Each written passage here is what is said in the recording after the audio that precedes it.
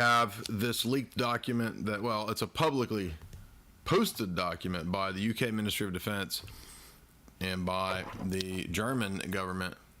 Human augmentation, dawn of a new paradigm. And I read this whole document, read this whole white paper. You might have heard me cover it the other day. What we're going to do is dive into this, look at the amazing admissions in this, where we're actually going in this futurist dystopia hellhole, hellscape.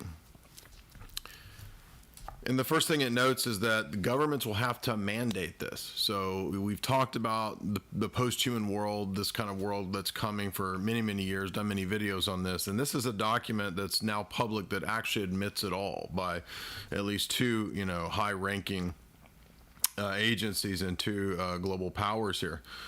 And it notes that there will be a change of philosophy and change people's worldviews, that by 2050, they would like to have all of this in place. That is the fully augmented human. And the first thing it says is, under Skynet, of course, right? The first thing it says is that humans are actually a platform. When you think back to the super soldier programs of MKUltra that you've seen me cover, those were actually preparatory for what would in the long run be post-humanism, human augmentation. Stakeholder capitalism, the idea that the world is now invested in this global brain to come, requires that people have to give up some of that notion of individuality, some of those ideas of individual rights must be surrendered to the new global collective. This will, in fact, lead to a new view of man, a changing image of man himself, to view himself as a platform. So it literally says that you're a platform, you're just a walking router, you're going to emit and receive the signals that they want. And then it says that the governments of the world will mandate this, and ultimately it'll be a kind of nanotechnology that is absolutely necessary to have. It mentions certain types of, shall we say, alterations in the human alphabet, the little alphabet soup that makes you up. It talks about altering that.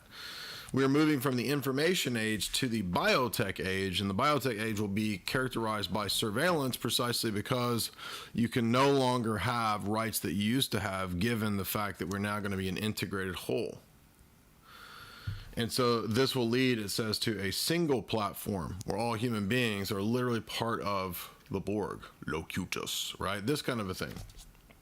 AI devices, drones, UAVs, all of these were in preparation for the AI that's coming to replace humanity. And this will also be ushered in by computer-brain interfaces, all of which are key parts of human augmentation. The document starts out with this kind of fallacy that because we had eyeglasses, now we need to have, right, robo people, right? From eyeglasses to a cane, a walking crutch, to Terminators, right? It's a logical process. Of course, yeah, we had a crutch. Why wouldn't we have a Terminator?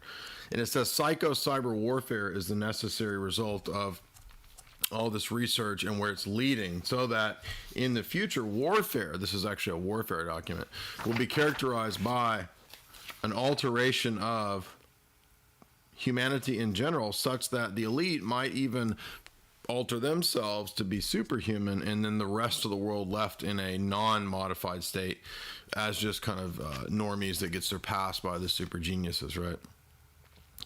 And it even says this might even give way to an elite plan to do that.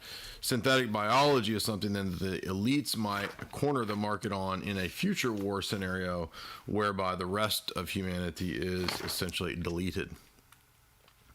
AI, big data, was a big part of this because they needed to see more and more how humans reacted in various situations and scenarios. That's the last 20 years of the internet and computing, has been harvesting of information and data for AI to build better predictive models when this is actually fully rolled out by 2050. So understand that this is a unified plan.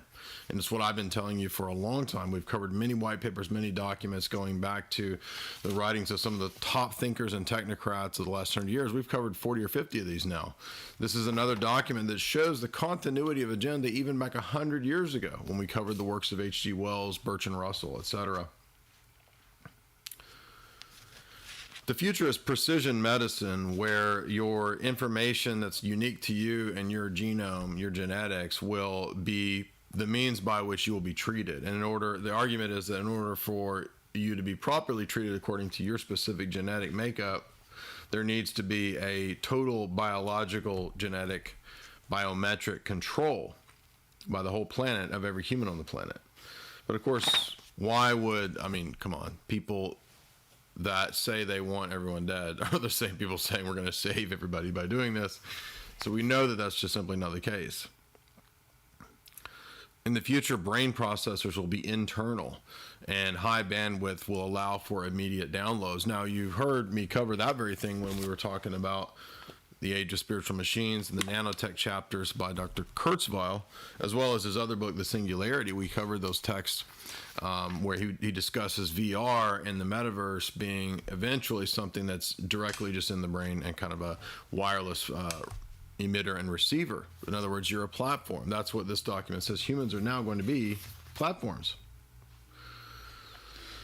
Brain control, mind control, and the MKUltra connection actually is hinted at in this document.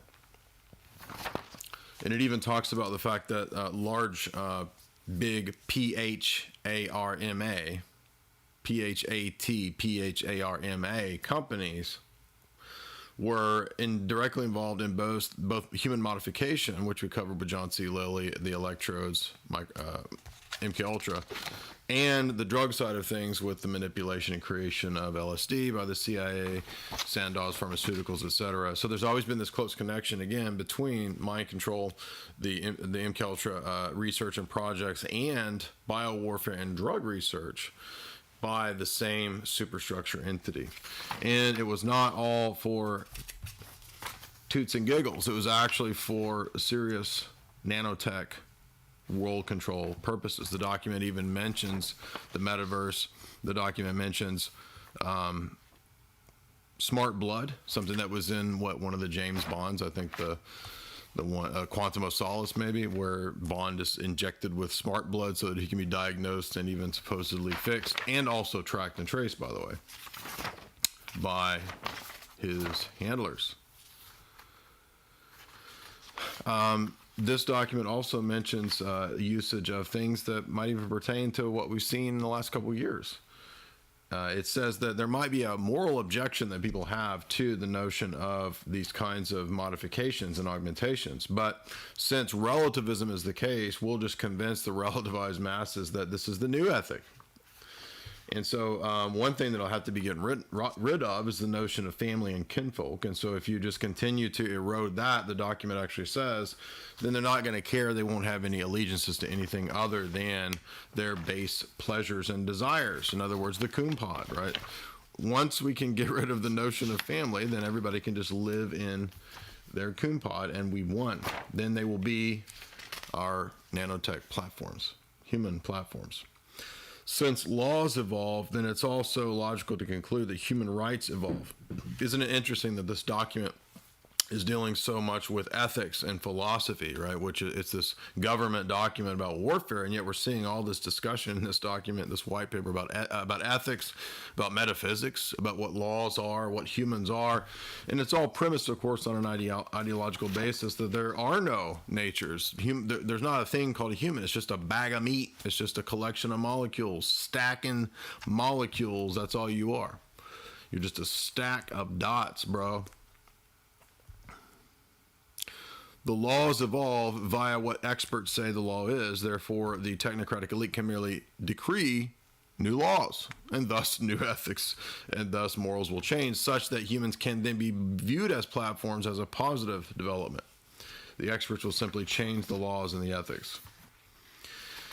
Then I noticed a really striking section about Eutha, N-A-S-I-A. And there they talk about how collectivism will be necessary to get this done, but they'll have to do that through convincing the younger generations, the generations to come, that there's limited resources and it would be better to have death, P-A-N-E-L-S. And then when we have that, then you get more junk, right? So if you just off your grampy, meemaw, neenaw, whatever words you use for grampy and mampy, if you just get rid of them, you got more junk, bro. You get 25 Cardano. You just get rid of your Grammy. I'm joking. My grandmother is worth at least 30 Cardano. Biohacking. Biohacking will lead to the implementation of the Keebler in your skin, if you know what I mean. CHIP, the Keeblers. You're going to have little Keeblers in you. Little Keeblers running around, tracking you. Acceptance of this will be shaped by social engineers. And unfortunately, it says, yes, it does look like this technology can be weaponized. It's not just to heal people. In fact, the life sciences will now become a securitized section of society. In other words, a security state is what will consume and absorb medicine and biology. Now you're part of the security state because you see, you can just immediately emit at any point nasty gases and viruses and whatnot. So humans become then toxified in the biotech age, such that life sciences are now under the domain of the security state. This will, through medical emergency, allow there to be a bypass of laws